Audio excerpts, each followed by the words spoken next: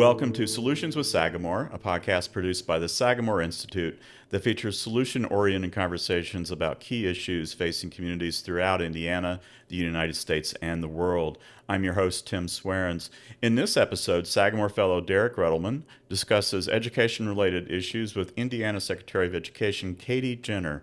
Derek, will you introduce Dr. Jenner to our listeners? Would love to. Thank you, Tim. And great to see you again, Dr. Jenner. Great to be here. Thank you for having me. You've been, well, we're going to talk about titles, but you were appointed as superintendent in 2000. Well, you weren't. You were appointed as Secretary of Education, which replaced the Superintendent of Public Instruction. And now just recently you have added Commissioner for Higher Education as part of Secretary of Education. I've known all of your predecessors for the last 20 years. Yes. Those are big jobs. Yes. How are you combining them? What's the idea behind that? So I mean, what an opportunity we have to really look at the whole education continuum, K-12 to higher education. Even prior to Commissioner for Higher Education being on the radar, I was frequently talking to higher ed leadership, whether it was the president or the provost, about the academic requirements needed to be successful in higher education. We did a lot of that conversation, of course, when we worked on the high school diplomas. So it really, I think the good Lord works in mysterious ways, and I think it was kind of a natural growth opportunity that had been occurring for a few years now. And then when my good friend Commissioner Lowry decided to retire, it just made sense to take on the full scope. And I have a fantastic team, Derek, and we are adding some additional team members to just make sure we're doing everything we can to serve Hoosiers. So another big change, we've gone from elected to appointed. Yes. I think you might have enjoyed the election process. I tell you what, I would have put my name on the ballot probably. You may be the only superintendent in our history who's never been elected. I think it's interesting. I've worked for two governors now, Governor Holcomb and Governor Braun, but have had the opportunity to speak with others or others in their staff. And it's fascinating. In Indiana, we had both Democrat and Republican governors who, for years and years, had tried to shift this into an appointed role. I'll admit, I was part of the teams that were helping to push for that, so I'm with you, yeah. And it honestly, it makes a ton of sense. Education, K-12 is about 50% of the budget. Higher ed is an additional 10%. So all in, I mean, about 60% of our state budget, about $26 billion over the biennium. You can see why it is absolutely imperative for a governor to have complete alignment with the whole education continuum. I have loved the opportunity to serve, learned a lot, and I'm just really proud of the community level leadership that we're seeing in all corners of Indiana, really driving the good work ahead. You've got a few different boards that previously I have a lot of different boards. We have a ton of boards. Those, or? That's the big question that I'm asked frequently. We have, so just to kind of level set for those who are listening. So in the portfolio, in the education vertical, of course, the DOE and State Board of Ed, I chair the State Board of Ed. That's not required in statute, but I do indeed chair that, and has been very, very helpful. The Commission for Higher Education, of course, does have commissioners, an excellent group of commissioners. There are 14 via statute, but we have 13 right now. So we need to add one more. And then we have the School for the Deaf that has a board. We have the School for the Blind and Visually Impaired that has a board. We have Those two, the facilities are combining. They are combining. Will the boards combine now, maybe? Or? You really want to know this question. Let me finish level setting, and then I'll get back to that. We have which is the Employment Relations Board for our educators. They really navigate any teacher contract conflicts. They have a board. And then we have the charter board, which is what some people think is that its charter board is over all of the charter schools in Indiana. That is not accurate. It's just an authorizer, and you would know that. So, Yeah. oh, and then almost forgot one good one: the Indiana State Library, which also has a board. All right. So a lot of good people serving the state on these boards. Any adjustments to that would have to be a statute change. So it would have to go in front of the General Assembly. I don't envision that going in front of the General Assembly this coming session. I think in conversations, what I have shared is State Board of Education and the Commission for Higher Education are both, again, excellent people, good functioning boards. Let me get my legs under me and get a feel for both. And then let's really be strategic about what makes sense for long-term in Indiana. I get that, I've had my foot in both spaces for a while, so it makes sense for me, but let's make sure it makes sense for the long term. And again, that would all have to be a statute change anyway. In terms of the School for the Deaf and School for the Blind, yes, they will be merging together in the same facilities, but school for or serving students who are deaf and serving students who are blind and visually impaired are pretty unique. So we'd have to be very, very thoughtful before any changes were made there. And again, our General Assembly would make that call. But I don't necessarily foresee that in the very short term.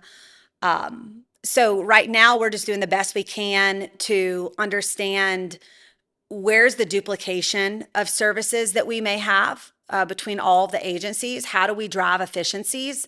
How do we really streamline the work we're doing for Hoosiers so we're not, multiple agencies aren't asking for the same data, that the money is flowing one direction and in an easy way. So that's really what we're studying right now. There's one more area that's still separate from you, and that's workforce development. Although That's true. you're Are you trying you're to doing- add that to my list too? not Is that necessarily, what you're trying to do? but you have added a lot of that work. I mean, that is by the way, you did a great podcast just recently with IBJ's Nate Feltman, and Thank I recommend that for anybody that gets into a lot of your background, which was really fun and interesting to hear. So it was about leaders in Indiana, and Yes. you've certainly been recognized as one of those.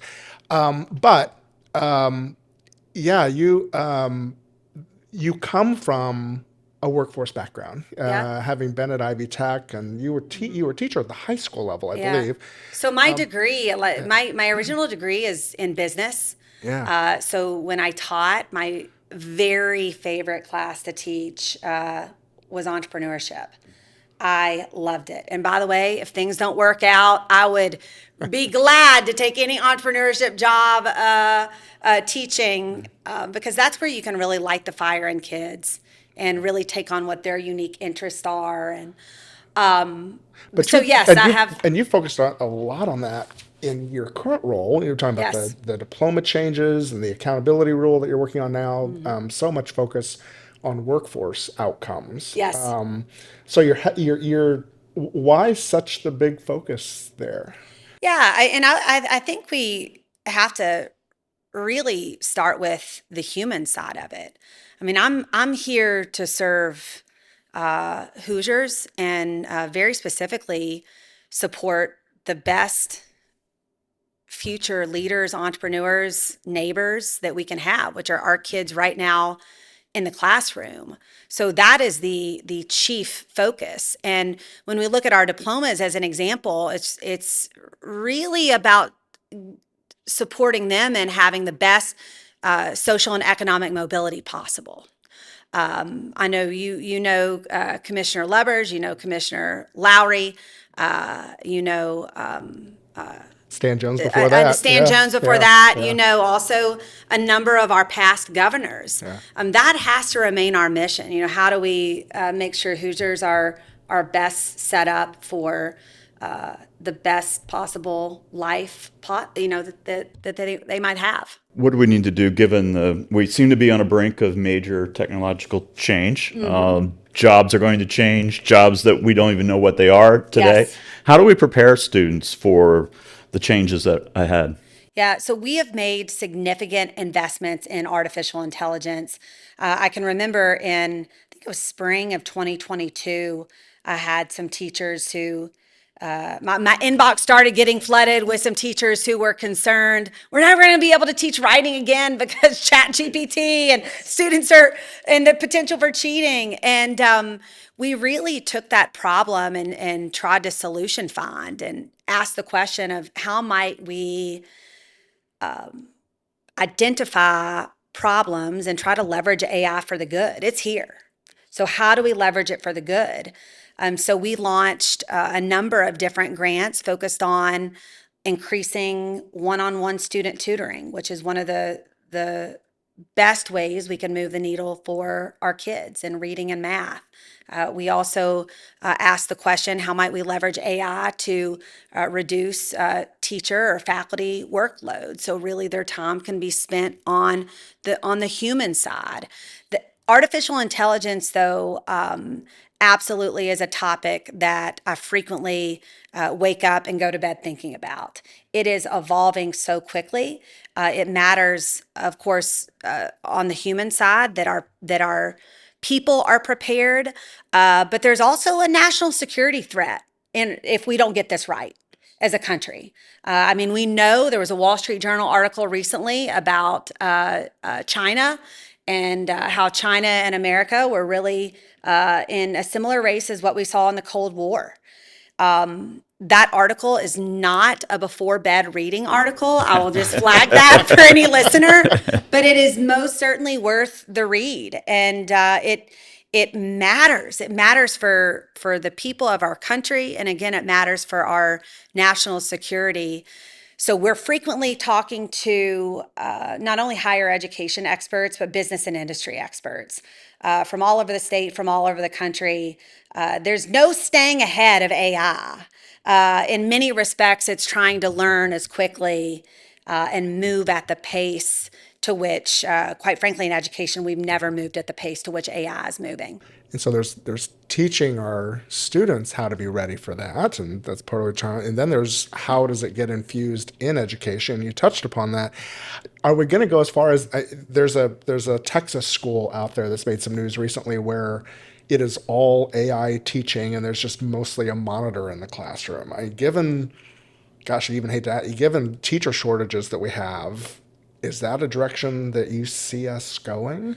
So with education, a lot of the research is pointing to, yes, AI can benefit some of the knowledge part of it, but what AI cannot do is that human side, right? And we talk about the importance of IQ, but there's also a massive importance of EQ or emotional intelligence. And, it's the basics. It's the looking people in the eye. It's sitting down and having a conversation with someone and having a dialogue back and forth.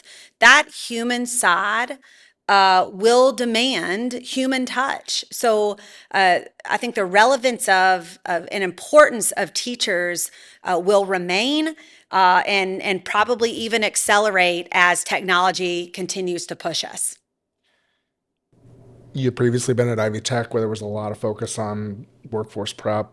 And we've gone up in the credentials that we're offering. Although, there are a couple of warning signs now. I'm wondering if you've thought about a lot. One is we've had a decrease now in bachelor's degrees, which is a little disturbing, I think.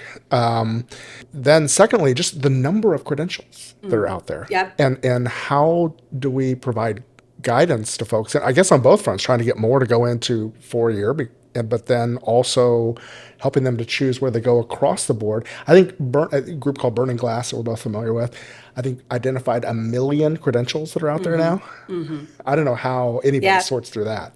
Yeah, so you made a couple of really good points. So let me start and then push me a bit if I don't hit both at once.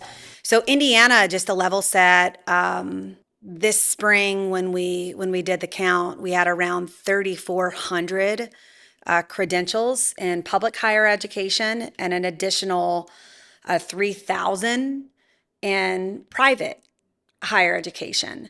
So that's 6,400 credentials in Indiana. I think the real opportunity ahead is when you listen to business and industry leaders, they often will talk about, and it's becoming more frequent, if the credentials are indeed relevant, if the credentials are still up to date, if they're industry driven. So that is a massive question that we're looking at in Indiana. We want to make sure that when a student gets a credential, that it is as advertised, Yeah. right?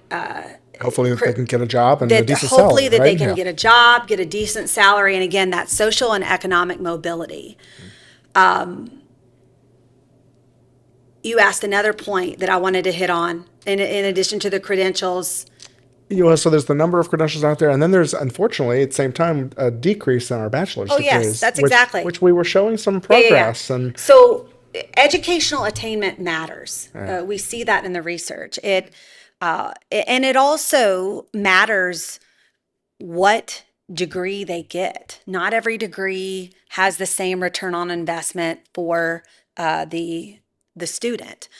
Arkansas just recently did a study looking at their return on investment for their various degree programs. I would tell you that is something that we're very interested in. Part of the challenge, and you mentioned AI, is if we do this study, how quickly that may become outdated because of how fast technology is moving.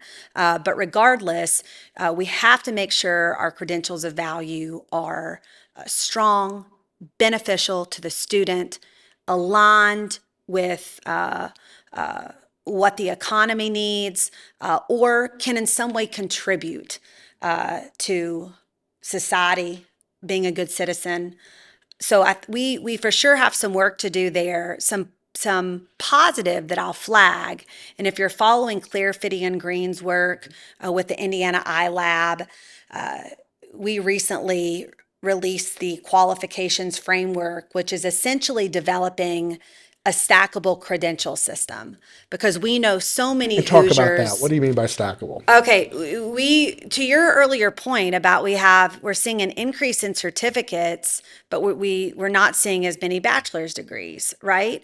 So we know that there are some students who will start at a 4-year college, and those students will complete. Some complete at the 4-year mark. Some it might take a little bit longer, but we also know that a lot of students are off ramping and then coming back in. So how might we build a stackable credential system that not only works for the on-ramping, off-ramping, but also is nimble enough that will work with our evolving marketplace and economy. So there's a massive report. This could be your bedtime reading material. If you want to read more about the qualifications framework and what we're building in Indiana, I think that will most certainly help really identify what credentials matter and also keep our eye on educational attainment, affordability for the child. But that's one thing I'd point to that I'm very excited about. And again, on the stackable, that's where some of the learning that you've done maybe towards an associate's degree or towards an industry recognized credential would count for some credit towards something higher. That's exactly So right. stacking them That's on top of exactly each right. other. Yeah. Sometimes I think about it as Legos. I mean, every person in this every adult has different credentials or certifications. You could consider that as your Legos. The question is, are your credentials or Legos, are they spread out, or have they stacked onto? And healthcare is one of our prime sectors that needs people. I talk to their CEOs frequently.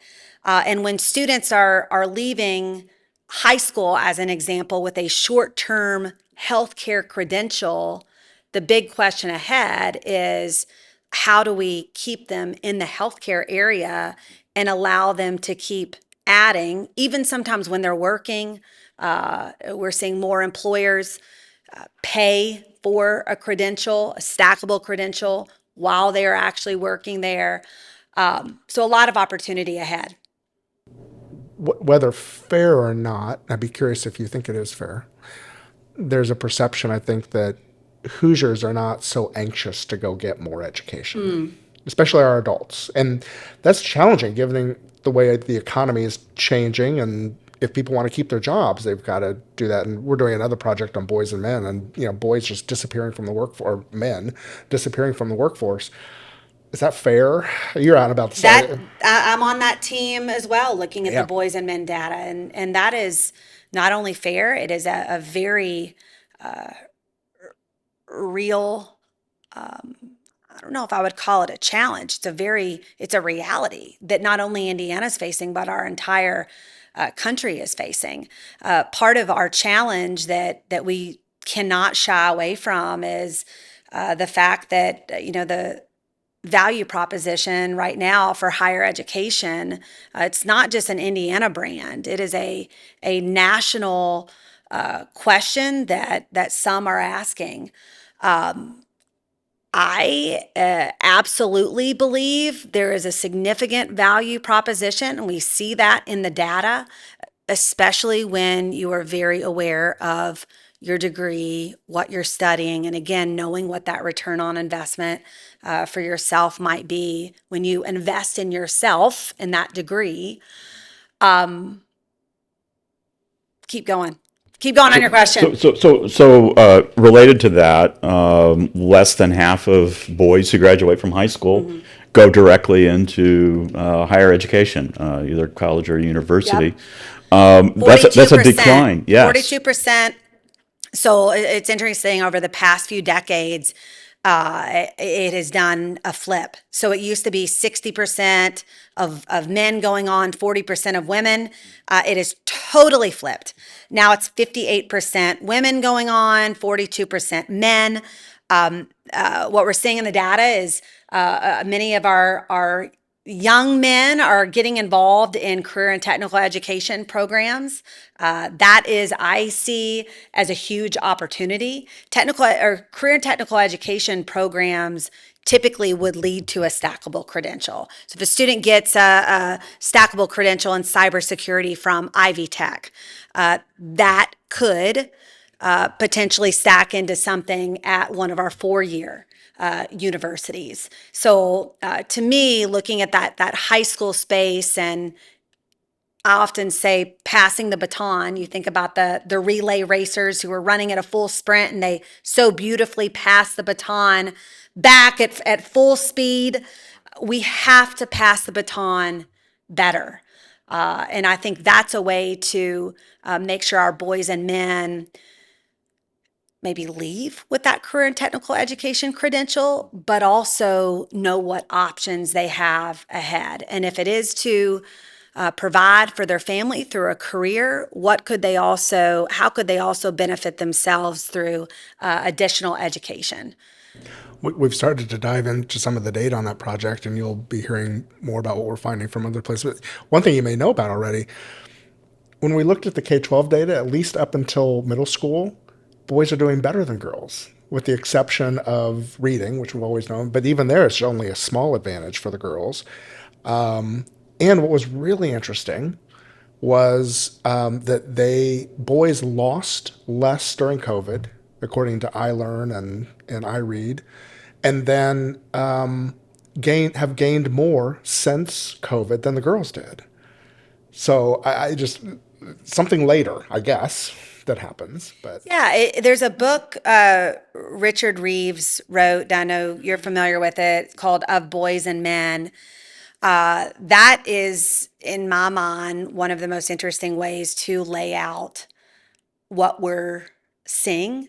And he points in that book directly to the data where at the high school level or late middle school, we sometimes start to lose young men's interest. But one of the solutions, again, that he recommends, and I've already mentioned, is that career and technical education and that interest in that, which is, I can't emphasize enough, we have a trajectory that continues to go up in Indiana of students leaving with educational attainment, leaving with that credential of value, that stackable credential, of course, that we need to build out more. But I think that's a large opportunity that we have in Indiana to continue to keep both boys and girls in the loop on what their options could be ahead. We talked a lot about the workforce preparation on that end. Some of the most exciting developments in Indiana have been happening at the earlier end with iRead Yes. and with your NATE scores. I know you like to talk about that, and Yeah. I'm sure we'd love to hear about it. Okay, well, great. Some great success there, it sounds Yeah, like. and I tell you, a huge thank you and compliments to the community level leadership. The reality is, here at the State House, you can set policy all day long. It 100% is about what happens at the community level. And our communities, our teachers, local schools have been remarkable in really linking arms with us to urgently improve our reading levels. We were declining prior to COVID. COVID, yes, exacerbated that challenge. Lilly Endowment came in with a significant investment to build out literacy cadres to support our teachers in learning the science of reading. The General Assembly then, I think, doubled down and added some more funding in there. So we have about 600 schools across Indiana who are part of the Indiana Literacy Cadre. That has by far shown our greatest return on investment in seeing our reading levels go up for kids. What we're seeing most recently, this past year, we had the largest jump by far in reading, a 5% increase year over year, which in education, when you have 1.12 million kids, and you know this, Derek, a 5% jump just does not happen. It's usually more 1 to 2%, and that's a success. So that was a significant jump. And then, of course, Indiana jumped to the highest we've ever been, 6th in the nation in 4th and 8th grade reading. So we're making progress. Now the key is keeping our foot on the gas. We cannot rest and celebrate and go back. We have to keep pushing. Every single child matters, and it deeply matters if they can read by the end of 3rd grade. When you mentioned something in that, that the science of reading. Yes. It seems like we debate approaches in education, all the time. But there does seem to be just some really clear, real science around that particular topic. And it seems like that is where your department, along with your partners, have really put the focus. Am I right about that? Is that Yeah, absolutely. And I'll just share, there's a podcast called Sold a Story. Emily Hannaford. Yeah. And that in many ways supercharged and allowed us to move more quickly. And trying to remember, I think it was probably, legislative session.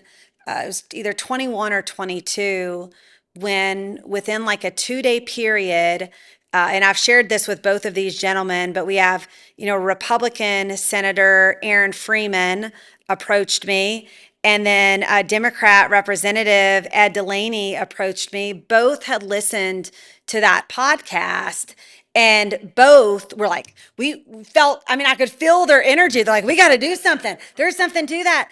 And I love that. When that happened within a couple of days, I thought, okay, we're on to something that we can move more urgently than some of the other, I think, policy that they pass upstairs. Right.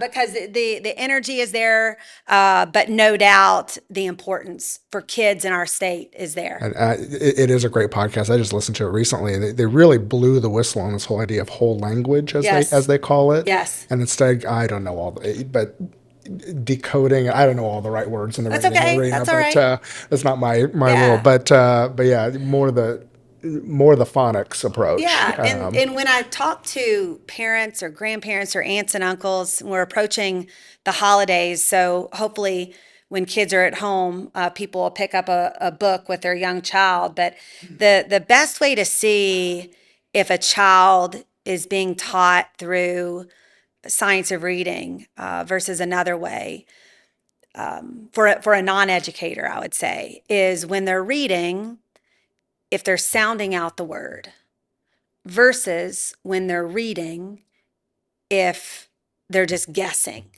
at those more difficult words and they're not attempting to sound out. That is a pretty easy look for. And the key is, I mean, we want our kids to be able to sound out the words. Obviously, after they sound out the words, understand the meaning and comprehend. But read to your children and help be a part of the solution. Is there a science of numeracy too? Is there? So it's a great question. You'll hear some people say, when are we going to do the science of math? And other people say, I don't like calling it the science of math. So that science of math brand has not taken hold as much as, I mean, science of reading is a body of research. But the conversation about math has absolutely picked up. And I'd say it's picked up at the community level, it's picked up at the state house level, it's picked up at the national level, at the community level. When I go out and meet with educators, principals, superintendents, teachers. What's interesting is now when I talk about reading, I will almost always get a hand that shoots up and say, when are we really going to tackle math? And that's a great place to be. We've already had a math bill, a large math bill, nationally recognized math bill that has passed that requires a mathematics screener at kindergarten, first and second grade. So, and that's beginning of the year, middle of the year, end of the year, which is what we did with reading, because the key is to determine how we might support a child as early as possible in their education journey. It's a lot easier to catch it early than have to catch them up in 8th grade. So more math coming soon. I'd say we have been asked about math cadres, similar to the literacy cadres. We need some philanthropy dollars to really braid a public-private partnership. We have some state dollars we're willing to chip in, but working on that model. I would also add, before we shift completely off reading, the only needle we have not moved in Indiana since, when we started in 2021, the only needle academically that we've not moved is adolescent English language arts. So specifically 7th and 8th grade. And when we dig into that data, what we see is some of our 7th and 8th graders are struggling to read. So we are launching an outcomes-based contract. So basically all these vendors who knock on my door every day or knock on our school's doors every day and say, hey, we're the next best thing since sliced bread. We can change everything. We can make sure all kids are reading. An outcomes-based contract says, okay, put your money where your mouth is. We will only pay you if you do indeed help us move the needle for kids. So that is going to be launched soon. We have a major university who's going to be following that data to help us understand the return on investment for that initiative. But I'd say stay tuned there. That sounds great. Speaking of staying tuned, just in a couple minutes we have left, legislative sessions coming up. Yes. Any predictions for where the debates will be in terms of education? One of the conversations that I'm most excited about that I think may make people uncomfortable, but we have to have it as a state, is a conversation about social media. We are seeing children younger and younger coming into our schools, 7 years old, 8 years old, 9 years old, with social media accounts, obsessed with likes, being friends with chat bots. It is out of control.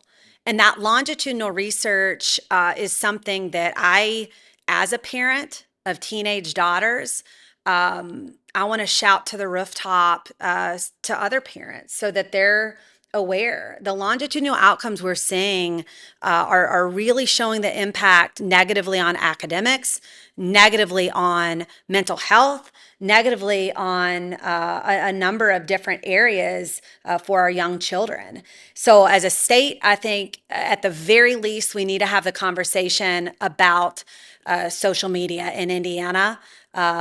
If we need to, we've started to see some states saying, you can't use social media until a certain age, or you have to have parent permission until a certain age.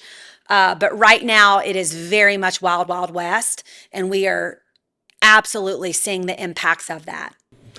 I got started in this work right on the other side of this wall, working for one of your predecessors, Dean Evans, Yes. who used to talk a lot about wanting schools to focus on education Yes. and wanting communities to focus on all those social and psyche issues.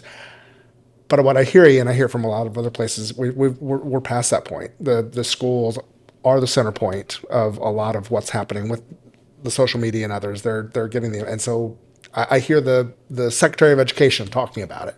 Yeah, well, and I think as schools, because it's a different day than when we were in school, where really knowledge had to be here in our minds. Knowledge had to be from a book that we would grab. Now knowledge is at our fingertips, and within seconds we can find out a question that would have taken us months in the past.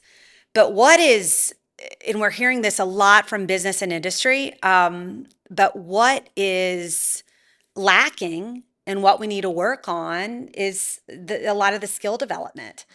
For example, communication. Again, I mentioned eye contact, shaking a hand, talking to someone, and having a dialogue back and forth. Our students are really struggling with the little things like that. A lot has to do with the amount of time spent on devices and social media.